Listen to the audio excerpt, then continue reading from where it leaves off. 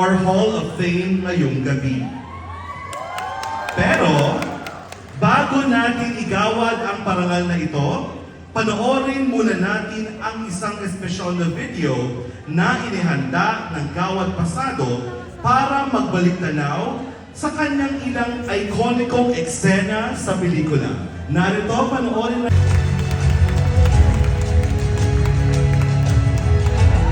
Para ipresenta ang kagwagi sa pinakamataas na pagkilala ng Gawad Pasado, ang Dambana ng Kahusayan Hall of Fame. Narito si Dr. Augusto Antonio Aguila ng University of Santo Tomas. At para igawad ang parangal, sasamahan siya ni na Dr. Emmanuel S. Gonzales, tagapangulo ng Lupong Tagapag-ingat ng Pasado, Dr. Grace Precious Laraga, Pangulo ng Pamunuan ng Pasado, Dr. Ernesto V. Carandang II, kasapi ng Lupong Tagapag-ingat ng Pasado at tagapangulo ng Pampelikulang Review, Professor Christopher Brian A. Concha, pangalawang Pangulo ng Pamunuan ng Pasado at katuwang na tagapangulo ng Pampelikulang Review mula sa De La Salle University, Manila. Gusto rin namin tawagin ng ibang pang lupon ng pasado na samahan ang ating mga ibang kawani dito sa paggawad ng pinakamataas na parangal.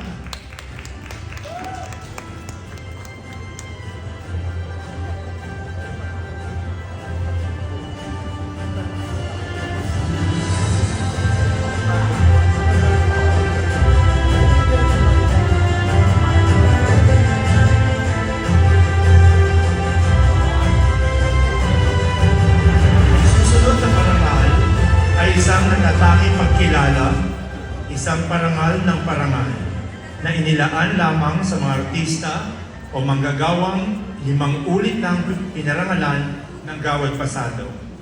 Ang Pasado Dambana ng Kahusayan sa pagganap ay ginagawad sa isang haligi ng sining ng pelikula, isang alagad ng sining na patuloy na nagbibigay kamulatan, inspirasyon at dangal sa pelikulang Pilipino.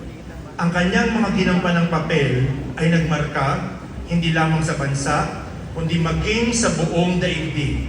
Sa bawat karakter na kanyang binuhay, ipinakita niya ang lalim ng talento, ang puso ng pagiging Pilipino, at ang diwang nagbibigay buhay sa ating kultura. It is my honor and privilege to present this truly significant recognition to a stalwart of the film industry, an actress of the highest caliber, an artist of immense magnitude, and an icon whose legacy transcends time and any era. At ang nagwagi ng Pasado Dambana ng Kahusayan sa pagganap or Hall of Fame ay si Miss Vilma Santos.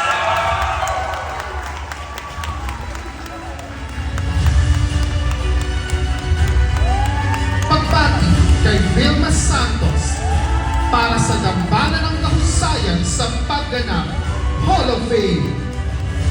Bigyan natin ng masigabong palakpakan ang nag-iisa Vilma Santos.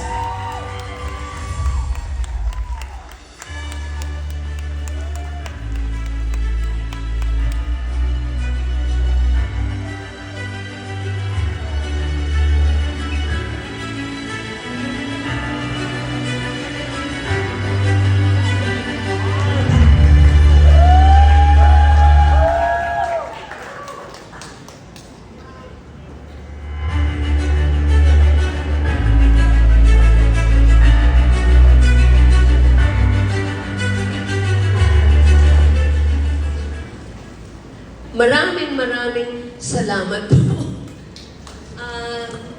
Sa pasado, bumubuo ng pasado. Maraming salamat sa Panginoon na maraming beses na rin po ako, kahit paanong modesty aside, nabigyan ko ng pagkilala. Pero hindi ko akalain sa ginawa niyo sa akin ngayong gabi, sa mga bawat salitang binitawan ninyo, sa mga nagawa ko po sa aking pong career. Hindi ko alam na ganito pa rin ang epekto sa akin. Maraming salamat po.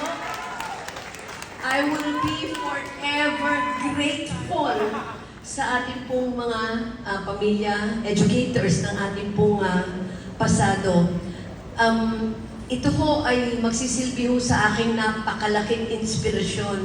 After more than 6 decades, hindi ko po akalain na magiging ganito pa rin po ako ka-passionate pagdating po sa pagpapasalamat sa mga taong naniniwala pa rin po sa akin magpahanggang ngayon.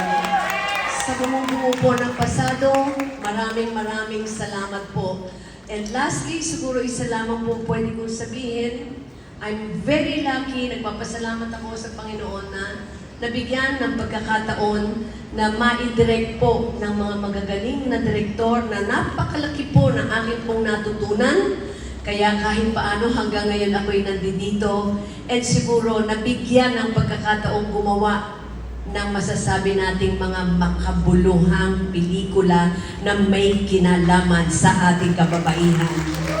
I truly believe deep in me, kahit paano bilang isang tao at bilang isang babae, meron naman din po akong naibigay na contribution para maraming salamat po. May I just take this opportunity again to my immediate family. This is for you and to my bigger family now that I'm a public servant, my bigger family in Batangas. Para sa inyo rin po ito. Mabuhay po tayong lahat! Mabuhay ang pasado! Maraming salamat po. Magandang gabi po sa inyong lahat.